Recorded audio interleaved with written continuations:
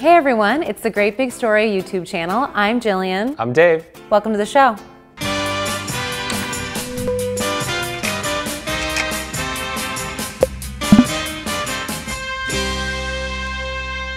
This episode is all about feats of athleticism. So first, we're gonna go to a marathon that's one of the hardest in the world. I think Laz is crazy, but in a very good way. I think he's very smart. I think he knows what he's doing. People think he's a sadist or whatever. He's like my trail soulmate. Flair for the dramatic, I think. Bit of a sassy man. Laz Cantrell, a true backwoods rebel of Tennessee, created one of the world's most grueling foot races.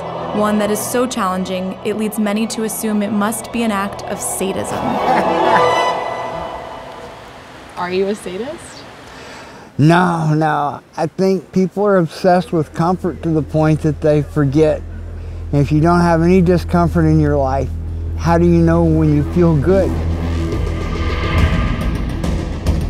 The Barkley Marathons is a 100-mile race comprised of 5 20-mile loops that you have 60 hours to complete. It's over some pretty rugged terrain. It's got a massive amount of climb, about 66,000 feet. You have just your map and compass. It's cold, it's wet, it's miserable, you're alone. The fact that they'll probably almost certainly fail makes it more appealing.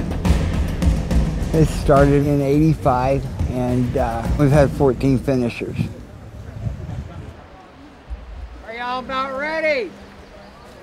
You start the race with a cigarette light, which feels very untraditional for most race starts. Yeah, we always use a Camel because that's about the best cigarette, I think. 18, go for it.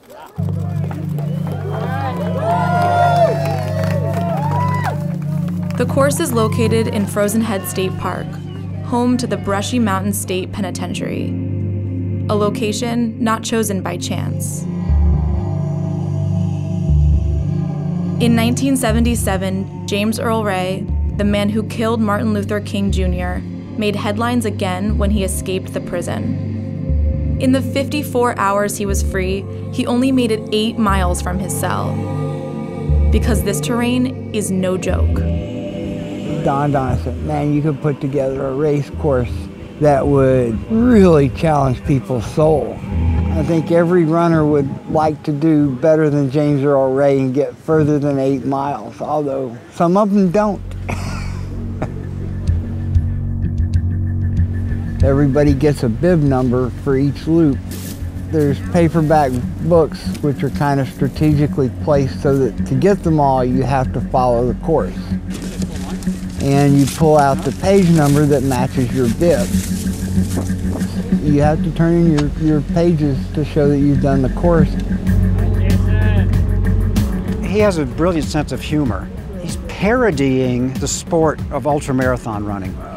Those of us who run ultras, we have a certain egoism that we think we're pretty good because of what we can do. And so he set out to puncture that balloon. Laz keeps making it harder because he's trying to put it at the limit of human possibility.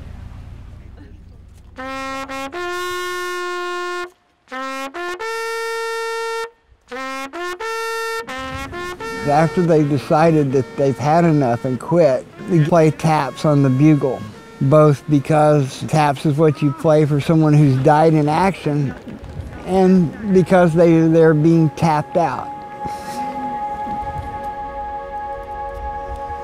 I think genuinely in his heart, he wants to see people succeed. When people actually finish 5 loops and you see him at the end, he's so excited.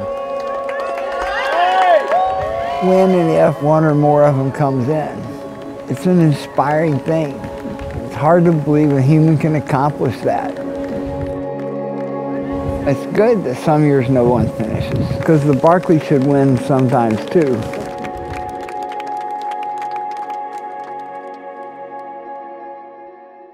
This next story takes us to the waters of Hawaii. And we're gonna meet a surfer who didn't let a shark attack scare him out of the water.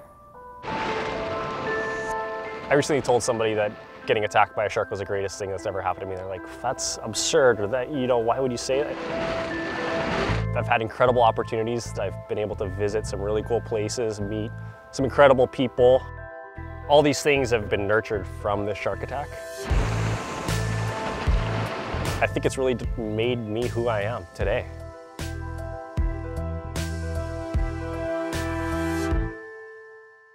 My name is Mike Coots. I live in the island of Kauai in Hawaii. I'm a surfer, photographer, and shark attack survivor. There's some really great surf spots out here. I was 18 years old, surfing here on Kauai with some friends, and it was early in the morning and I paddled out and thought I was gonna have a surf session like any other day, and it was a lot different. I got attacked by a tiger shark. As soon as I hit it, it let go and disappeared back underwater, and I remember passing out basically as soon as we got to the hospital, and I woke up a day and a half later, an amputee. I got my first prosthetic 6 months after the shark attack. Early on, you think you can't do this, you think you can't do that, you know, there's these physical limitations on life, and I didn't think I could drive a truck with a stick shift. And you learn how to drive a truck with a stick shift, and you're like, wow, that was cool, and you build up these little things like day to day to day. After a while, it's like, bring it on. What can happen that I can't figure out how to do? I was in college, and I remember class got out. I was like, you know what, I'm gonna take a longboard, I'm gonna get the biggest board I can find and just take my prosthetic in the water and see what happens. I caught a wave and I was screaming pretty loud. I was like, what, this is cool, this is amazing. And I think that was like the best wave I had ever caught in my life. From then on, I started figuring out, okay, what's gonna break? What can I make that's a foot that'll help me surf even better? And trying to basically make the ultimate surfing foot. I think I'm doing it because it's fun, but it's this learning experience, and it's taking this information and passing it on to people that want to surf with a prosthetic. The ocean has taken a lot from me, but what it's given back to me has been immeasurable. I've lost, you know, nearly my life to a shark, yet I really believe sharks are one of the, if not the most important species in our marine ecosystem. And at the rate that they're being killed off, they're not going to be around in 10, 15, 20 years. And why not use something that could, I guess, be said as a negative and turn into a positive? The shark attack's been the greatest thing that's ever happened to me.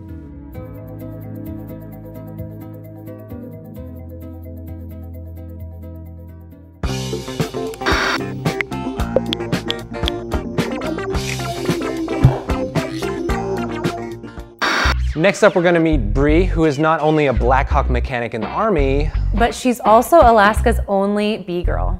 I can tell you I've jumped out of airplanes before.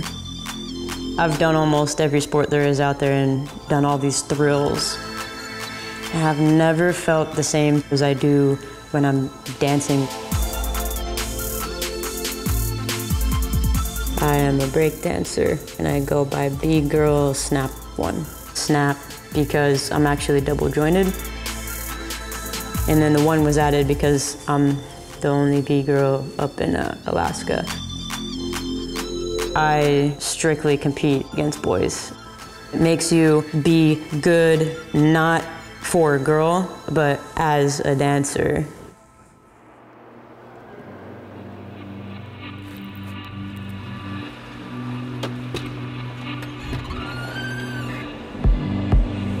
Professionally, I'm a UH-60 Black Hawk mechanic.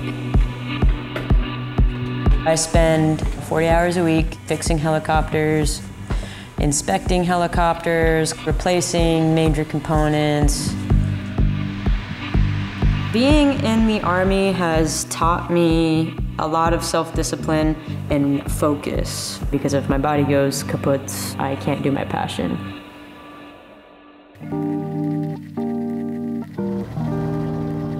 The hip-hop scene in Anchorage is very small. We are so far away from the rest of the hip-hop scene in the United States and in the world. Being able to accomplish what our crew members have been able to accomplish sets a good influence for everybody else that lives here, that if they just put enough time and effort and passion into their craft, they can actually go somewhere and do something with it.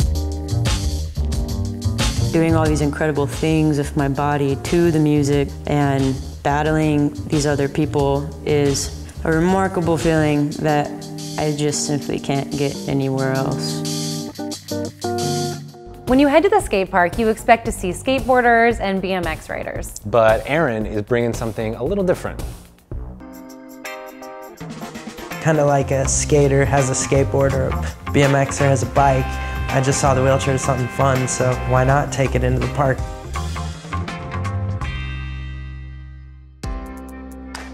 I'm Aaron Wheels Fotheringham, and I ride WCMX. WCMX stands for wheelchair motocross. It's, you know, taking your chair into the skate park and hitting ramps, kind of the same thing as BMX, but with a wheelchair. I first started going to the skate parks when I was 8 years old, and I've been doing it for 16 years now. The wheelchair is definitely just an extension of my body because skaters aren't always on their skateboard and bikers aren't always on their bike, but I'm always on my chair. So that gives me like an unfair advantage to just practice everywhere I go. I feel like I'm lucky that I always have my wheelchair with me because I can just jump whenever I want. I was born with spina bifida. I've had 21 surgeries throughout my life, and I spent a lot of time in the hospitals. And yeah, it would be easy to just be bummed out on that, but for me, I just found the positive. The wheelchair has just always been fun, and it's wheels stuck to your butt. How's that not a great time? In 2008, I got the Guinness World Record for the first backflip on a wheelchair. That was at a local competition here in Vegas called AmJam. That was a pretty cool day. One of my favorite tricks is just simple hand plant because I always loved watching skaters do it when I was growing up, and you know, watching the pros do it, it just was something I wanted to learn. I'm very blessed to be able to do what I love and what I'm passionate about for a living.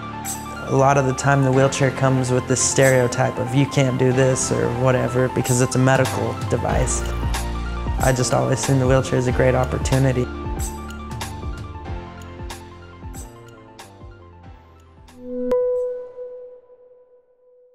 Thanks for stopping by Great Big Story. Click the horse to subscribe and put your comments down below because we want to hear from you and we want to know what you think. We'll see you next time. Bye.